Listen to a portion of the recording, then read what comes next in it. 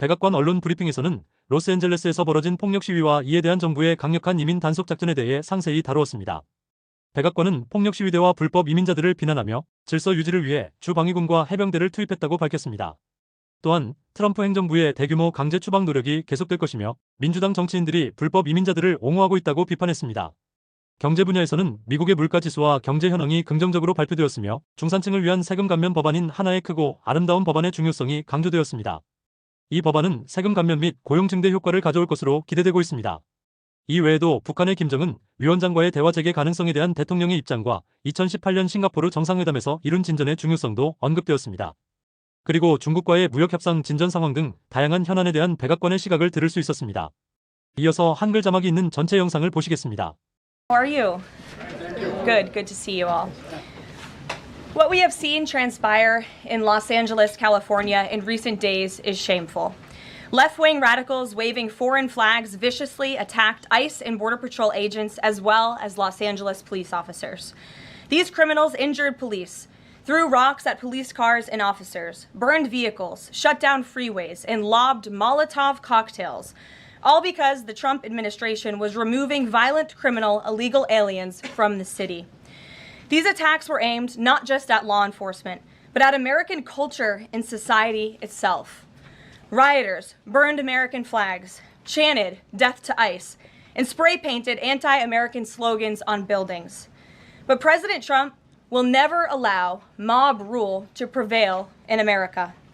The most basic duty of government is to preserve law and order, and this administration embraces that sacred responsibility. Democrats like Governor Gavin Newsom and Mayor Karen Bass shamefully failed to meet their sworn obligations to their citizens. They didn't have the courage to do the right thing and protect law-abiding Californians from rioters. That's why President Trump deployed the National Guard and mobilized Marines to end the chaos and restore law and order. The mob violence is being stomped out. The criminals responsible will be swiftly brought to justice, and the Trump administration's operations to arrest illegal aliens are continuing unabated. When the initial immigration enforcement actions took place on June 6th, Mayor Bass took to social media to say she was deeply angered by what has taken place. Mayor Bass then embarked on one of the most outrageous campaign of lies this country has ever seen from an elected official, blaming President Trump and brave law enforcement officers for the violence. She accused heroic American immigration and customs enforcement officers targeting illegal alien murderers, rapists, and pedophiles of, quote, sowing terror in communities and disrupting basic principles of safety in our city. Around the same time, Governor Newsom claimed that immigration enforcement actions were causing chaos. That's how radical Democrats have become. Their opposition to President Trump has forced them to side with illegal alien criminals in their communities and violent rioters and looters over law enforcement officers who are just doing their jobs. Mayor Bass and Governor Newsom fanned the flames and demonized our brave ICE officers. Instead of defending their city and their state, Karen Bass and Gavin Newsom claimed that in order for the riots and the violence to stop, ICE needed to leave and immigration raids must end. In other words, the position of the Democrat Party is that the federal government is not allowed to enforce our laws and to arrest and deport illegal alien criminals. They're attempting to use a violent mob as a weapon against their own constituents to prevent the enforcement of immigration law. This is deeply un-American and morally reprehensible. President Trump received a clear mandate from voters to reverse the illegal invasion ushered in by Joe Biden's open border and to end the lawlessness represented by Karen Bass and Gavin Newsom's California. President Trump promised to carry out the largest mass deportation campaign in American history, and left-wing riots will not deter him in that effort. Sanctuary cities and states will no longer be allowed to shield illegal criminals from deportation. Just take a look at some of the illegal monsters who were taken off the streets in Los Angeles in recent days. A Vietnamese national and known gang member with a conviction for second-degree murder. A Mexican national with convictions for child molestation who was armed with a dangerous weapon and had previous arrests for robbery and domestic violence. A Filipino national with convictions of rape, assault, burglary, and theft. A Mexican national convicted of statutory rape, narcotics violations, and hit and run. A Nicaraguan national with convictions for domestic violence and hit and run, and a previous arrest for willful cruelty to a child. And an illegal alien from Mexico who was arrested after allegedly throwing a Molotov cocktail at law enforcement officers during the Paramount riots on Saturday. He is now being charged with attempted murder. Law-abiding American citizens do not want these public safety threats living in their communities, no matter what Democrats like Karen Bass and Gavin Newsom may claim. And let this be an unequivocal message to left-wing radicals in other parts of the country who are thinking about copycatting the violence in an effort to stop this administration's mass deportation efforts. You will not succeed. Any lawlessness will only strengthen this president's resolve to defend the majority of Americans who want to live their lives peacefully, free from the fear of violent criminal illegal aliens. As President Trump said, order will be maintained and illegal aliens will be expelled from our country. In economic news, the latest Consumer Price Index inflation report came in today below expectations again. Since President Trump took office, inflation has come in below economics expectations every single month. Core inflation held steady and remains at the lowest level since March of 2021. Wage growth remains strong. The average private sector worker is on track to see their real earnings increase by around $1,200 adjusted for inflation.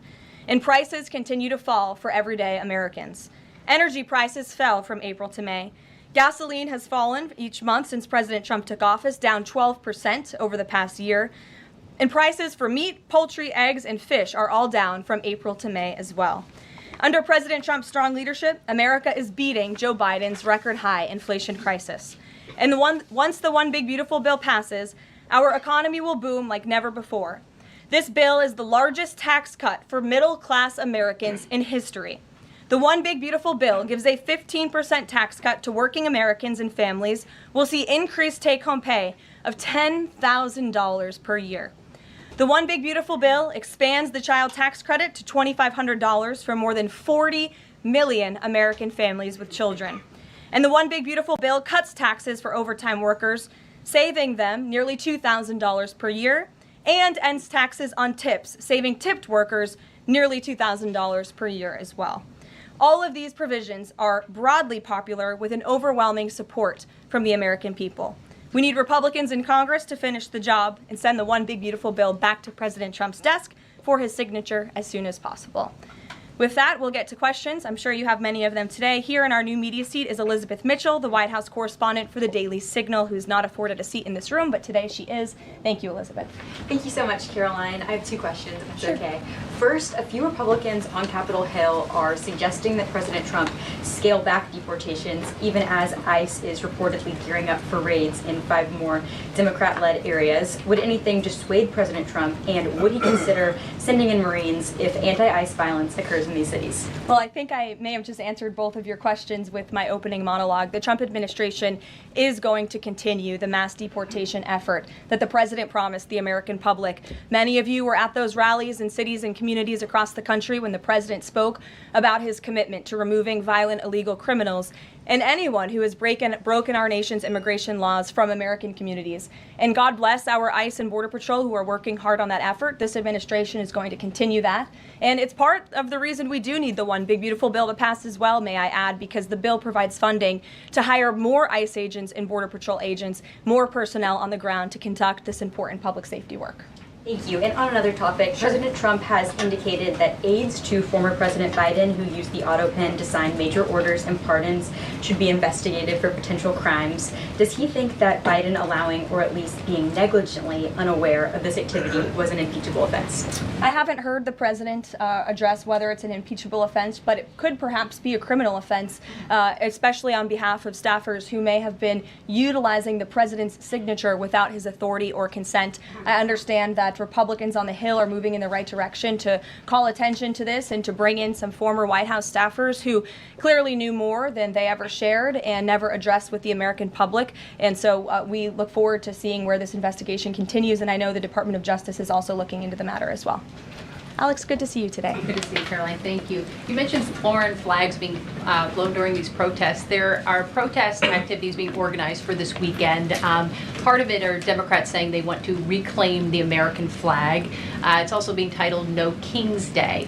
Does the president see himself as a king, and does the White House expect to see American flags being flown during these protests this weekend? The president views himself as the president of the United States of America. This is a constitutional republic, and we want to see all of our citizens be proud of the country in which they are given the privilege and the blessing to live. And I think that those images of foreign flags being waved with, by illegal criminals and by violent rioters in the face of cars blowing up and of flames in the city. I have photos of that here to show you.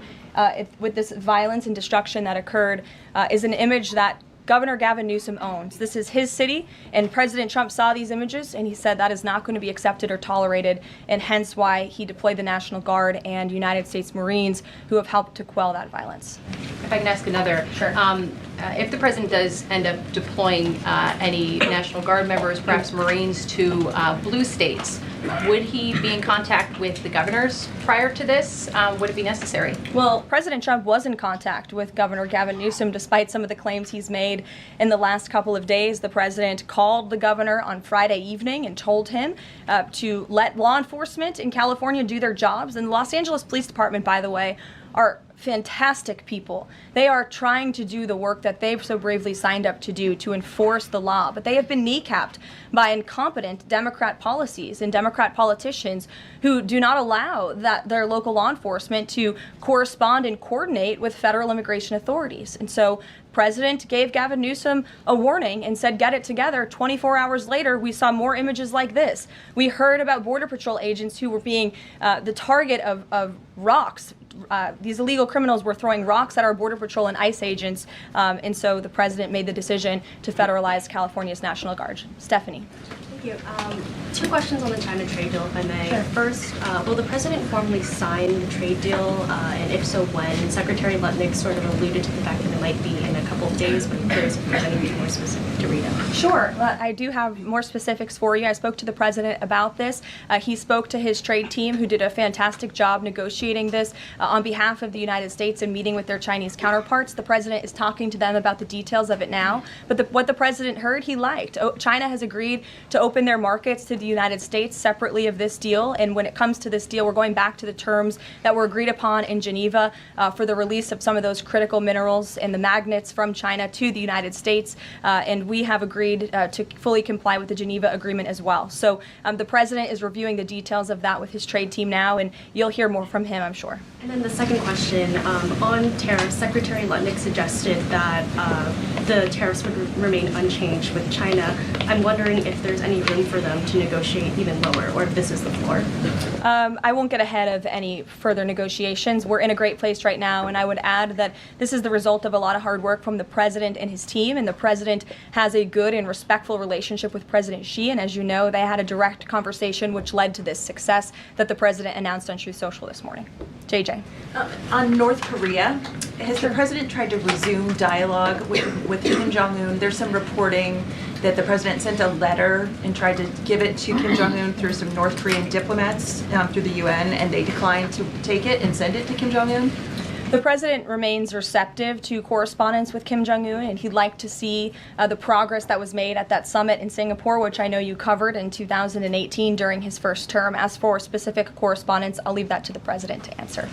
Sure. Good afternoon. Yeah, thanks. Back to the trade deal negotiations with China. Jimmy Lai, as you know, is a pro-democracy advocate, Catholic, sitting in solitary confinement in Hong Kong as we speak. His family believes he may be close to death. Did his name come up, Jimmy Lai's name come up in these negotiations with China?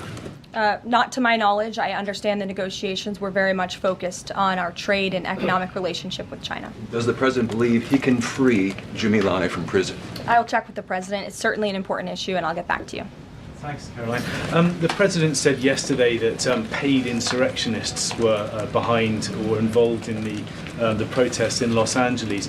Does the White House have any more details about who they believe is paying these protesters? The president spoke about this last night when he returned from Fort Bragg, because frankly the president has a lot of common sense. And if you look at some of the imagery that we have received from the Department of Homeland Security and ICE and law enforcement who are on the ground, you will see boxes and boxes of very professionalized masks and rioting equipment being dropped off for these protesters. So it's a good question the president is raising, and one we are looking into, about who is funding these insurrectionists and these rioters and these protesters and these illegal criminals.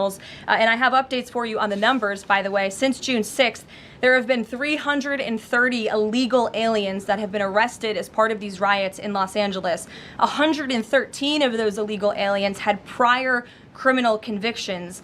And overall, and this includes arrests of American citizens, there's been 157 people arrested for assault and obstruction-related charges, including the attempted murder of a police officer with a Molotov cocktail. So who is funding these illegal aliens who are coming in with this very professional riot gear? It's a question everyone in this room who cares about truth should be asking. And we encourage your help in trying to get to the bottom of that question. Indina. Thank you, Caroline. About Elon Musk, he issued an apology this morning. Has the president accepted the apology, or does he think it's too little too late? The president acknowledged the statement that Elon put out this morning, and he is appreciative of it, and we are continuing to focus on the business of the American people. And has the administration started a review of Musk's government contracts, something that the president said he's considering? What do you mean by that? Has the administration started a review of the contracts that Musk and his companies currently have? No efforts have been made on that front as far as I'm aware. Okay. And just one more, if I may, on just everything sort of we've seen so far with the president's response to the LA protests. There is criticism that seems to suggest that the president responded the way he did because it was a deliberate, calculated attempt to sort of shift focus away from his feud with Musk. How would you respond to that? The president responded to the LA riots, condemning the violence from Musk. It's an incredibly disingenuous attack. The president saw images of Border Patrol and ICE agents being hailed with rocks and Molotov cocktails. He saw vehicles being burned to the ground with illegal aliens flying foreign flags, and that's what prompted the president to have this response that has clearly worked, because last night in Los Angeles you didn't see many of those images. And I would add the governor and the mayor need to actually do more. I know Gavin Newsom had a big address to the nation last night. I guess he thought that's what it was for maybe his future political ambitions, but he spoke a lot of words. We haven't seen action. California has been a mess for years because of the incompetence of Gavin Newsom, so the president was responding to that only. Caitlin. Caroline, two questions for you. Sure. Over the weekend, Secretary Noem sent a memo to the Pentagon asking Secretary Hegseth to have and direct the military that's on the ground in LA to arrest and detain what she said were lawbreakers.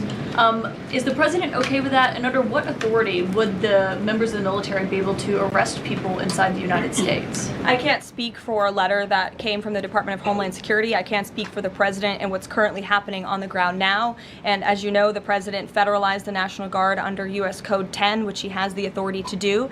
And our United States Marines and the National Guardsmen and women who are on the ground right now are helping to create a peaceful environment for ICE and Border Patrol, who were being, again, hailed with rocks, who were being violently and viciously attacked. They needed reinforcements, and so our United States Marines who are on the ground are providing those reinforcements to ensure the environment is peaceful so that these raids and deportations can continue. But he realizes they can't actually arrest people unless he invokes the Insurrection Act, which, I mean, seemingly was not something that was in Secretary Noem's memo, a clear distinction she did not make there. Again, you're trying to conflate a letter that was sent to the Department of Homeland Security to the president's legal authority. The president understands the legal authority that he invoked, and that's the current situation right now. When it comes to federalizing the National Guard, what is the specific criteria that the president is using for when he's deciding to do that, and in which states? The president was asked and answered this yesterday. He wants to see an end to the chaos and the violence. He doesn't want to see law enforcement officers being attacked. He wants to see peace. He wants law-abiding Californians to be able to bring their kids to school, to be able to go to work without seeing this violence in the streets. That's what the president's hoping for, and that's why he's taken this action. John. Thanks a lot, Caroline. Two questions on two separate topics. One has to do with the military parade taking place here in Washington this weekend. There's a lot of security around the White House complex, around the Capitol complex, even along the tidal basin. Is that just proactive? Are you expecting anything in particular in terms of unrest like we've seen in Los Angeles? These are proactive security measures to protect those marching in the parade, many of whom will be veterans and our brave men and women in uniform and Gold Star families. There's going to be military families from around the country who are flying into this parade. And of course, it's to protect the spectators who will be enjoying this incredibly patriotic show on Saturday. And I hope you all join us there. And then secondly, Secretary Pete Hegseth testified on the Senate side of the Capitol today. Yes. And he was asked about America's the administration's view of Vladimir Putin's intentions. And specifically, it was asked whether or not his intentions go beyond, his territorial ambitions go beyond Ukraine. When that question was posed to the chairman of the Joint Chiefs of Staff, General Kane replied that he does believe that his territorial ambitions go beyond Ukraine. But Secretary Hegseth says it's not clear at this point. How does the president view this issue? The president has spoken on this. He said, as he calls it, he believes Ukraine was always the apple of Putin's eye. And he made it very clear to Putin in his first term not to invade Ukraine. Putin didn't invade Ukraine because of President Trump's peace through strength foreign policy agenda and the effective deterrence policies that he implemented in the first term. Unfortunately, because of the weakness and incompetence of the previous administration, Vladimir Putin made the decision to invade Ukraine. And now we have this brutal war, which the president is working very hard to end. Jasmine. Thanks so much, Caroline. The president warned that any protests on Saturday would be met with force. Can you clarify what kind of protest President Trump does support or find acceptable? The president absolutely supports peaceful protests. He supports the First Amendment. He supports the right of Americans to make their voices heard. He does not support violence of any kind. He does not support assaulting law enforcement officers who are simply trying to do their job. It's very clear for the president what he supports and what he does not. Unfortunately for Democrats, that line has not been made clear, and they've allowed this unrest and this violence to continue, and the president has had to step in. One question. So if there were peaceful protests on Saturday for the military parade, President Trump would allow that? Of course the president supports peaceful protests. What a stupid question. Raquel. Thank you so much, Caroline. Raquel, and then I can go to you, Francis. Go. Thank you so much, Caroline. I have two questions. One about Israel. Yesterday, the U.S. ambassador to Israel said the U.S. no longer is pursuing the goal of an independent Palestinian state. Can you confirm that the president is no longer supporting a two-state solution? And is President Trump considering diplomatic action against countries who takes action against Israel during next week's UN conference? Right now, the president views the situation in Israel and Gaza as deeply unfortunate and needing to end. And the president is realistic about the current state of affairs in this region of the world. And that's why the president has said the number one focus and priority of the administration is to release all of the hostages from Gaza and to end this conflict as soon as possible. The administration is still pushing very hard for the release of all the hostages. And as for what happens next, clearly Gaza is an uninhabitable place. It needs to be rebuilt with the help of our Arab partners, and the president wants to see that happen as well. Take a couple Just one on the G7 engagement. President Trump is traveling there on Sunday. Other presidents beyond the G7 leaders are also going. President Lula from Brazil, President Sheinbaum from Mexico, and President Zelensky from Ukraine are also going. Do you have confirmation if President Trump is meeting any other leaders on the sideline of the G7? Yes. To know about the Lula engagement. I can confirm there will be quite a few bilateral meetings between the president and other foreign leaders. The White House is still working very hard to finalize that schedule, and we will provide that for you as soon as we have it. Great. Thanks, Caroline. Just back to the China trade deal, can you talk about the status of the export controls that the U.S. imposed? Are those no longer being imposed? We are fully complying with the Geneva Agreement. Sure. Go ahead. Sure. Thanks, Caroline. One foreign question for you and one domestic. The foreign, the president, of course, has said he would lift sanctions on Syria. Is there an executive order coming along soon to go do that? And is the president planning to try to get involved in any kind of a peace agreement between Israel and Syria, that would disengage those two? To the best of my knowledge, the Treasury Department took action after the president made that announcement in Saudi Arabia. Okay. And then on the domestic side, you were just asked about the First Amendment rights issues. In the president's comments yesterday, though, he just said protesters would be strongly dealt with. In your list before, you referred to insurrectionists, rioters, and protesters together. Obviously, they're quite different from your earlier answer. I'm struck by the fact that the president has not at any point said the most important thing here is to protect the First Amendment rights of peaceful protesters. So I'm wondering, where in his hierarchy of interests does he place that? Is the First Amendment protection the most important?